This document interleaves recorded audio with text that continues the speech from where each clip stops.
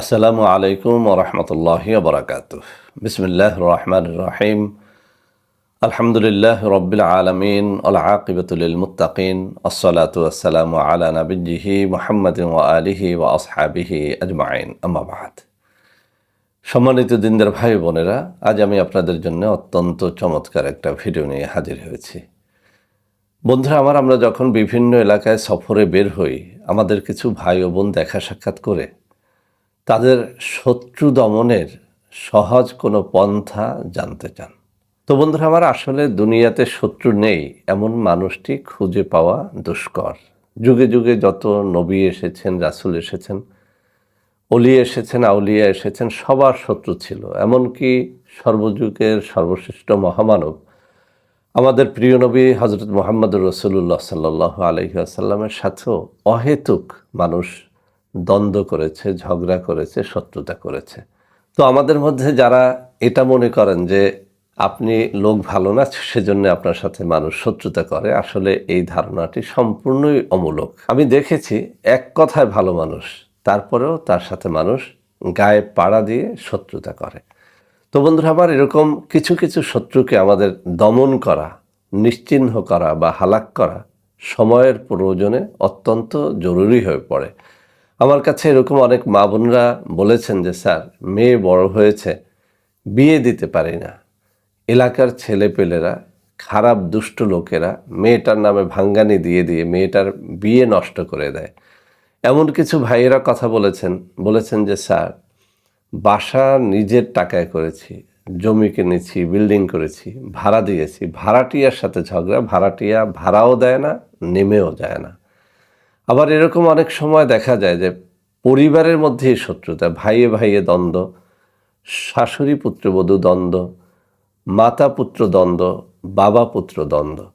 তো বন্ধুরা আমার, এরকম শত্রুতা থেকে মুক্তির জন্যে আজকে একেবারে সহি একটা দোয়া, যে দোয়াটি আল্লাহ রাব্বুল আলামিনের পবিত্র ৯৯টি নামের একটা। আমি অনেক সময় একটা কথা বলে থাকি যে বানোয়াট, শিরক, বিদআত দোয়া দুরুদ না শিখে আমরা যদি সত্যিকার অর্থে সহি দোয়া দুরুদের আমলগুলো করি, এতে আমাদের যেভাবে দোয়া দুরুদের ওজিফা আদায়ের সওয়াব হয়, সাথে সাথে আমরা সহি তরিকায়, একেবারে সুন্নাত তরিকায় আমরা অনেক ভালো ফলাফলও লাভ করতে পারি। তো বন্ধুরা আমার, আজকে যে জিকিরটি শিখাবো, এটি বিভিন্ন কিতাবের মধ্যে এসেছে শত্রু দমনের জন্যে। আল্লাহ রাব্বুল আলামিনের একটা নাম ইয়া কাদিরু, ইয়া কাদিরু। এই নামটির ওজিফা বিভিন্নভাবে আদায় করে শত্রুকে দমন করা যায়, হালাক করা যায়। আমি প্রথমত শত্রুকে বন্ধু করা এবং শত্রুকে দমন করার একটা সহজ পদ্ধতি শিখিয়ে দিই। এটি আমি নিজে আমল করে ফল পেয়েছি, আপনাদেরকে সেজন্য বলতেছি। এবং এটি ইতোমধ্যে যত মানুষকে আলহামদুলিল্লাহ শিখিয়েছি, সবাই এই দোয়াটি নিয়ে নিজে বলেছেন যে স্যার আলহামদুলিল্লাহ, ছোট্ট একটা দোয়ার মাধ্যমে আমার শত্রুগুলো বন্ধুতে পরিণত হয়েছে। অনেকে বলেছেন যে শত্রুগুলো হালাক হয়ে গেছে। তো বন্ধুরা আমার, এই দোয়াটি ৫ ওয়াক্ত নামাজের সময় আপনি যখন অজু করবেন, অজু করার সময় মনে মনে আপনি শত্রুদের নাম নেবেন যে আল্লাহ অমুক অমুক অমুক শত্রুর উদ্দেশ্যে এই দোয়াটি পাঠ করতেছি। অজু করা অবস্থায় আপনি মনে মনে পাঠ করবেন, হালকা জিহ্বা নেড়ে পাঠ করবেন, ইয়া কাদিরু, ইয়া কাদিরু, ইয়া কাদিরু, ইয়া কাদিরু, ইয়া কাদিরু, ইয়া কাদিরু, ইয়া কাদিরু, ইয়া কাদিরু।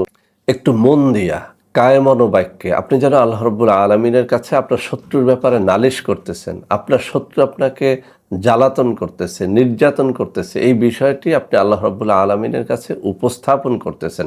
এরকম একটা ভাব নিয়ে আপনি এভাবে পড়বেন, ইয়া কাদিরু, ইয়া কাদিরু, ইয়া কাদিরু। আপনি জোরেও পড়তে পারেন যদি আপনি একাকী কোথাও অজু করেন, কিন্তু একটা বড় মসজিদে ভর মজলিসে আপনি যদি এভাবে পড়েন, অনেকে এটা নিয়ে প্রশ্ন করতে পারে।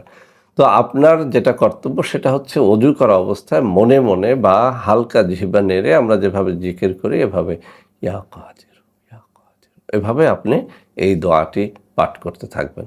আপনি চেষ্টা করে দেখেন, আপনি কয়েকটা দিন এভাবে করেন, শত্রুর নাম মনে মনে নিবেন, আল্লাহর কাছে বলতে থাকবেন মনে মনে, এই শত্রুর হাত থেকে আমি বাঁচতে চাই, বা আল্লাহ এই শত্রুকে হয় হেদায়েত দাও, না হয় ধ্বংস করে দাও, এরকম একটা নিয়াত করে অজুর সময় আপনি একটানা ৪১ দিন পর্যন্ত আপনি ইয়া কাদিরু এই দোয়াটি পাঠ করে দেখেন। ইনশাআল্লাহ আমি চ্যালেঞ্জ দিয়ে বলছি, হাজারো মানুষের জীবনে এটির মাধ্যমে ফল পেয়েছে, আপনিও পাবেন।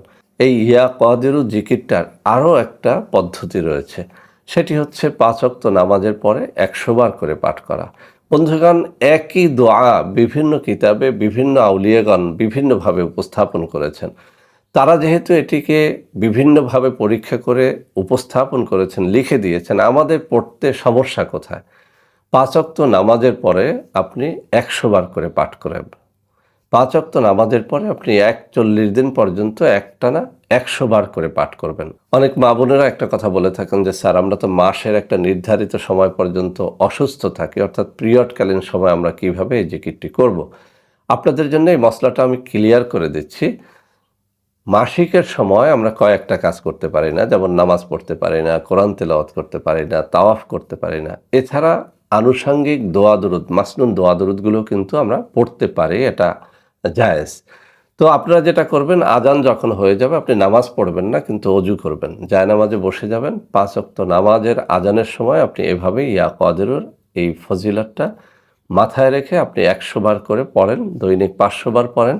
৪১ দিন একটানা কোনো অবস্থাতেই বাদ দিয়েন না। ইনশাআল্লাহ আপনার সাথে যারাই শত্রুতা করবে, হয় হেদায়েত নসিব হবে, না হয় ধ্বংস হয়ে যাবে। তো বন্ধুরা আমার, এছাড়াও এই দোয়া আরও বিভিন্ন সময় পাঠ করার কথা বিভিন্ন কিতাবে রয়েছে। বিশেষ করে জুমার দিনে পাঠ করার কথা বিভিন্ন কিতাবের মধ্যে রয়েছে। জুমার নামাজের পরে আপনি ৫০০ বা ১০০০ বার পড়ে দেখতে পারেন। জুমার দিন আসরের বাদে ১০০ বার বা ৫০০ বার বা ১০০০ বার পড়ে দেখতে পারেন।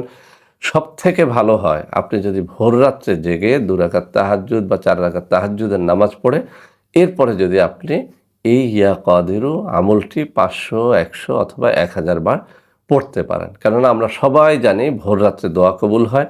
আপনি শুরুতে কিছু সময় দোয়া দুরুদ পড়বেন, শেষে কিছু সময় দোয়া দুরুদ পড়বেন, মাঝখানে ইয়া কাদিরুর এই ওজিফাটি ১০০, ৫০০ বা ১০০০ বার আপনি পড়ে আল্লাহ রাব্বুল আলামিনের কাছে আপনার শত্রু দমন বা শত্রু হালাক বা শত্রুর হেদায়েতের জন্য দোয়া করেন। আমি চ্যালেঞ্জ দিয়ে বলছি, ৪১ দিন একটানা এই আমলটি করেন, হাজারো মানুষ উপকৃত হয়েছে, আপনিও এর দ্বারা উপকার লাভ করতে পারবেন ইনশাআল্লাহ। তো বন্ধুরা আমার, অনেকে বলে থাকেন যে স্যার এইভাবে দোয়া দুরুদ পড়ার মতো সময় আমাদের হয় না, ব্যস্ততা বা আনুষঙ্গিক বিভিন্ন কারণে হয়ে ওঠে না। তাদের জন্য বলছি, আমাদের কাছে শত্রু দমনের কিছু সহি তাবিজ তদবিরও পেয়ে যাবেন।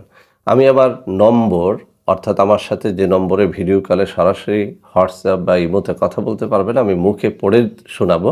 আপনারা আমার মুখে বলা নম্বর দুটো মনে রাখার চেষ্টা করবেন, কারণ আমার নাম দিয়ে হাজারো মানুষ প্রতারণা করে বেড়াচ্ছে। তো আমার সাথে সরাসরি দেখা সাক্ষাৎ করে অথবা ভিডিও কলে আমার সাথে কথাবার্তা বলে শত্রু দমনের নানান রকমের তদবির রয়েছে, এই তদবিরগুলো আপনারা নিতে পারেন।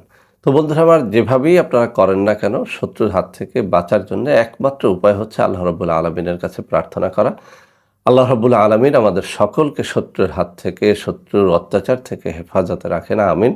ভিডিওটি ভালো লাগলে লাইক করবেন, কমেন্ট করবেন, শেয়ার করবেন। আমাদের প্রত্যেকটা চ্যানেলকে ভালোবেসে সাবস্ক্রাইব করবেন। আল্লাহ হাফেজ। আসসালামু আলাইকুম ওয়া রাহমাতুল্লাহি ওয়া বারাকাতুহু।